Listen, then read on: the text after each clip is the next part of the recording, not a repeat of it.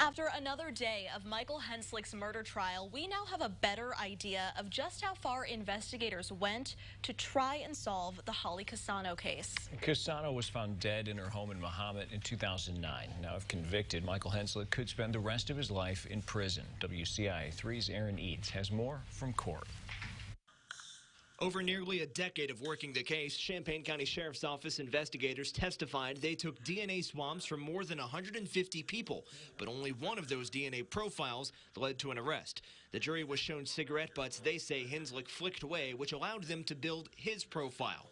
But at this point in the trial, prosecutors have not yet explained how Henslick became a suspect in the first place. The jury heard extensive testimony from the autopsy doctor who examined Cassano's body. While the courtroom saw graphic pictures of her estimated 55 to 60 stab wounds, the examiner said the killer managed to stab all the way through her breastbone, which he says would have required a severe amount of force. State's Attorney Julia Reitz asked the examiner about that. Did it appear that Ms. Cassano struggled with her assailant? Yes, she essentially bled to death from these sharp force stabbing. And would that be consistent then with the size of a standard steak knife, a 5-inch wound? Right, a standard kitchen single-edged steak knife that's about 5 inches, give or take, caused those wounds, yes.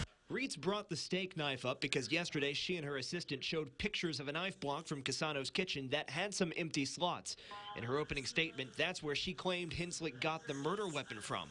But his defense team pushed back on that, saying there was no way of telling whether there was a full set of knives there to begin with. His defense also spent time trying to poke holes in the testimony of an analyst who investigated the bloodstains in Cassano's home. They said he couldn't tell where the blood came from or how much there really was. That was Aaron Eads reporting. Before court dismissed today, jurors also saw the beginning of the interview between Henslick and investigators. The state claims he admits guilt. His defense says it should be viewed with skepticism.